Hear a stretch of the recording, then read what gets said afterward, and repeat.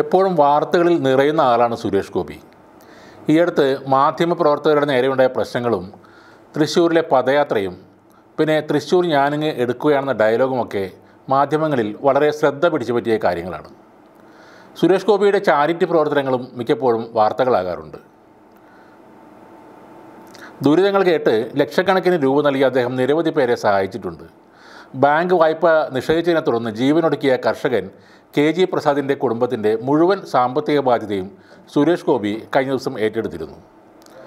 പലപ്പോഴും നെഗറ്റീവ് വാർത്തകളും ഈ ചാരിറ്റി വിഷയത്തിൽ നാം കണ്ടിട്ടുണ്ട്. സുരേഷ് ഗോപിയുടെ ചാരിറ്റി പ്രവർത്തനങ്ങളെക്കുറിച്ച് നടൻ ജയറാം പറഞ്ഞ ചില കാര്യങ്ങളാണ് ഇപ്പോൾ സോഷ്യൽ മീഡിയയിൽ വൈറലായിക്കൊണ്ടിരിക്കുന്നത്. അദ്ദേഹം പൈസ ഉണ്ടാക്കുന്നത് മുഴുവൻ ചാരിറ്റിക്ക് വേണ്ടി ചെലവഴിക്കുകയാണെന്ന് ജയറാം പറയുന്നു. ആ പാവം പൈസ ഉണ്ടാക്കുന്നത് മുഴുവൻ ഇതിനുവേണ്ടി ചെലവാക്കുകയാണ്. വരുന്ന 17-ാം തീയതി ഗുരുവായൂരിൽ വെച്ച് സ്വന്തം മകളുടെ കല്യാണമാണ്. ഓരോ കാര്യത്തിനു വേണ്ടിയും രാധിക കഷ്ടപ്പെടുന്നത് എനിക്കറിയാം. സുരേഷ് ഗോപി പൈസ മുഴുവൻ ചാരിറ്റിക്ക് വേണ്ടി കൊണ്ടു കൊടുക്കും.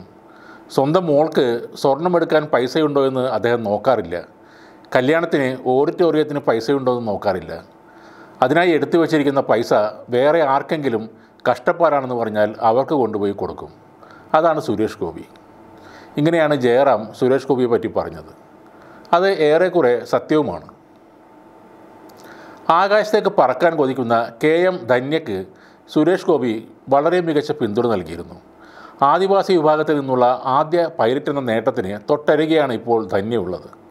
തിരുവനന്തപുരത്തെ സ്വകാര്യ ഏവിയേഷൻ അക്കാദമിയിൽ പഠിക്കുന്ന ധന്യ സാമ്പത്തിക ബുദ്ധിമുട്ടിൽ വലയുന്ന വാർത്ത അറിഞ്ഞ സുരേഷ് ഗോപി അടിയന്തര ആവശ്യമായിരുന്ന 30,500 രൂപ ഉടൻ തന്നെ അയച്ചു കൊടുക്കുകയായിരുന്നു.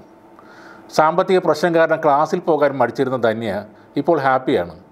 തൻ്റെ മോഹത്തിന് വീണ്ടും ചിറക് സമ്മാനിച്ച സുരേഷ് ഗോപിക്ക് ധന്യ വീണ്ടും വീണ്ടും നന്ദി പറയുന്നു.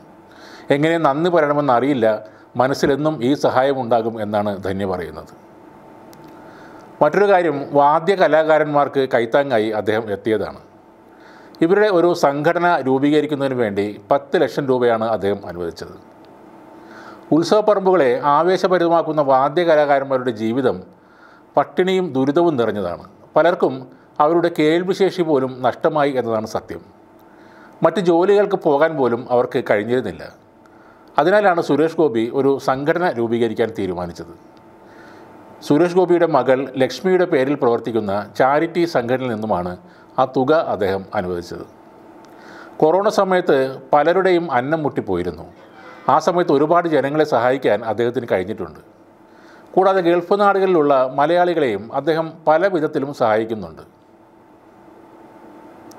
പലപ്പോഴും പരിഹാസത്തിന് പാത്രമാകുന്നു എങ്കിലും അദ്ദേഹത്തിൻ്റെ ചാരിറ്റി പ്രവർത്തനങ്ങളെ രാഷ്ട്രീയം നോക്കാതെ നമ്മൾ അംഗീകരിക്കേണ്ടതാണ്. പലർക്കും സുരേഷ് ഗോപി ഒരു നല്ല രാഷ്ട്രീയക്കാരൻ അല്ലായിരിക്കാം. പല പ്രസ്താവനകളും അംഗീകരിക്കാൻ പറ്റില്ലായിരിക്കാം. എന്നാൽ ഒരു മനുഷ്യസ്നേഹി എന്ന നിലയിൽ സുരേഷ് ഗോപി ഒരു സൂപ്പർ സ്റ്റാർ തന്നെയാണെന്ന് പറയേണ്ടി വരും.